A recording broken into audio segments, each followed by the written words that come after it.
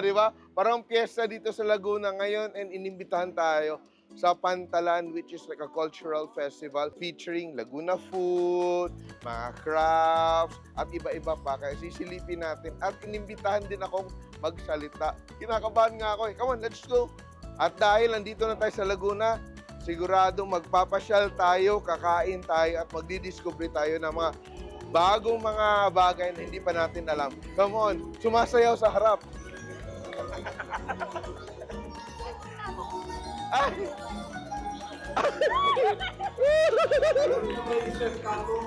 Lechon daw ako! Ay! Masisira yung bangko! Ay! Ay! Ay! Oh, di ba? Oh! Ay, ikaw ka. Oh, di ba? Woo! Woo!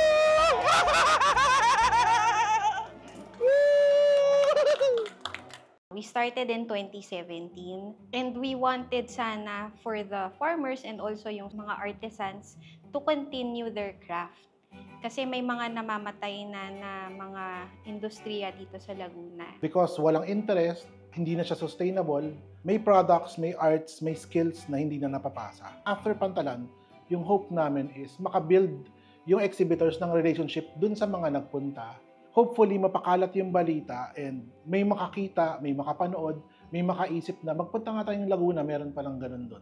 More than sumikat yung culture, more than dumami yung nakakaalam, is sana lumago yung negosyo nung mga kasali dito. As much as gusto natin preserve yung culture, kailangan meron siyang kasabay na economics. Ang nakakatuwa sa Pantalan is meron kaming mga exhibitors na during the first year nandyan sila, pero nung second year, third year, nagre-request na sila ng mga bigger tables kasi mas dumadami na yung products nila. We've been doing beekeeping for almost 3 decades na. Ito yung family business namin. So we're providing training, workshops for beekeeping. Yun yung strength namin. Training starting from biology. Kailangan alam mo kung paano yung bees na kumukolekta ng pagkain, saan siya kumakain. Importante kung ano yung oras na ilalaan mo sa beekeeping. 1 whole year process, then you also start the harvesting. So alam mo kung kailan panahon ng season ng harvesting. Then you do the bottling. Dito sa Pilipinas, hindi tayo nagpa-pasteurize ng honey. We just do minimal filtration just to remove yung mga debris, yung mga pangit, and then you will bottle and sell. And marami kang matututunan kasi iba't ibang lugar sa Pilipinas, iba't iba ang management scheme na gagamitin mo, iba't iba din yung applicable na bees para sa gamitin mo sa beekeeping. Ito yung sobrang bongga na parang calamansi preserve, hinalo out yung loob, natitira yung skin at nilagyan ng nata de coco sa loob. And it's candied. And I've read about it, I've seen it before, pero never have I tasted it. So, ito yung famous na calamansi stuffed with nata de coco. Tama? Yan. Can I taste? Meron bang? Yan, sige. Thank you, thank you. So, ito.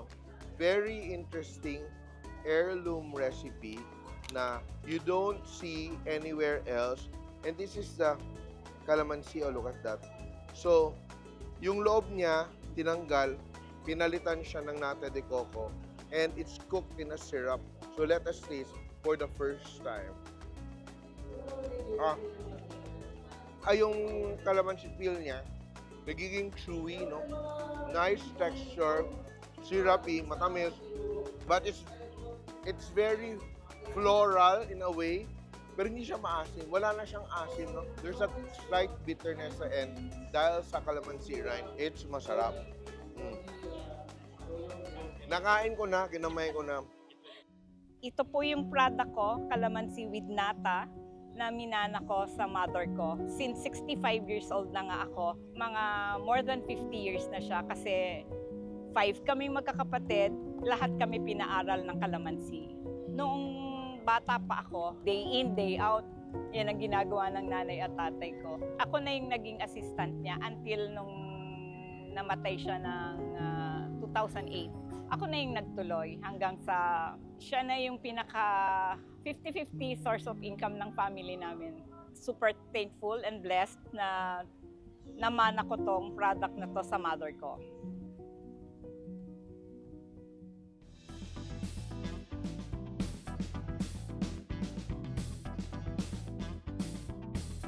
Kasya sa akin, butterfly sleeves, bongga, di ba?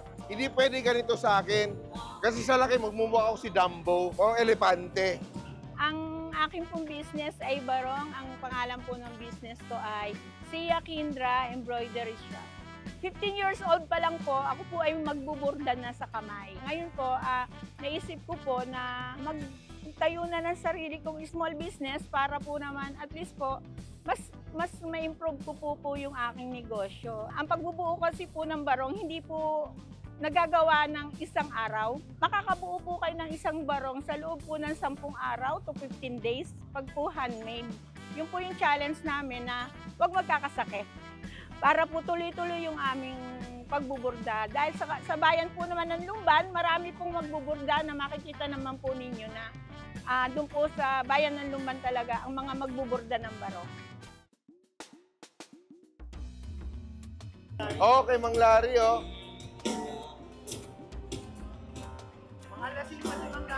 Lasing pa, wala dito. Doon tayo labas. Hello. Wow. Hello.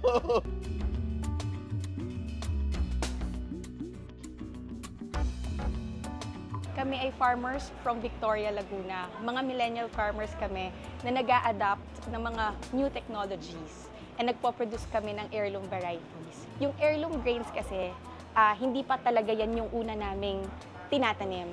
Tapos doon nakita namin, maganda pala na ito yung itanim, kaso lang maraming challenges. Hindi pa namin ma-adapt kung paano yung way of farm management. Unti-unti, nakuha namin yung market, nagamay namin yung production, kaya ngayon, sustainable farming na siya. Yung modern kasi na technology na ginagamit po namin, it's not available in the market in the Philippines. So we are importing it from Japan. So kung titingnan, yung technology na yon, self-taught kami. Masasabi mo, rice is not just rice. Ang dami pang knowledge na pwede pa natin makuha from it. Nakikita ko na nawawala yung mga heirloom varieties. If we're going to let that happen at nawala yung heirloom varieties, paano natin siya ibabalik? Yung heirloom varieties na meron tayo are endemic to the Philippines. Gusto namin ipakita na rice farming is not subsistence. It can be a profession. Because the perspective now, when you are a farmer, mahirap ka. Yeah, we want to change that one. Na dapat maging professional ka para maging farmer ka. So we need to reverse that psychology.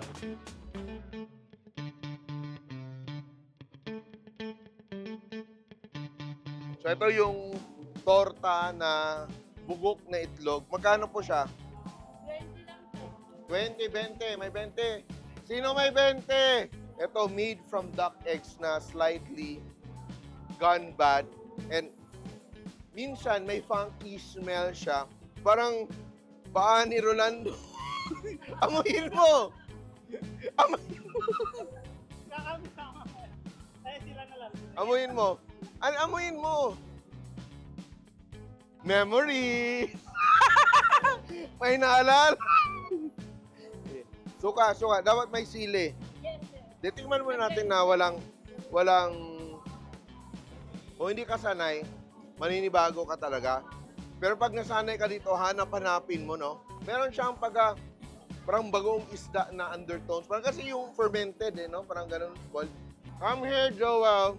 Let us taste. Bugok. Alam mo yung bugok? Parang torta. Parang bibingka. Torta. Pero it's made with, ito for you, duck eggs gone bad. Kaya mo? Yeah. Parang kumakain ka ng blue cheese. Parang ganun. Parang blue egg naman to. So there's that flavor. So ito siya. Ngayon lang ako nakatikim yan.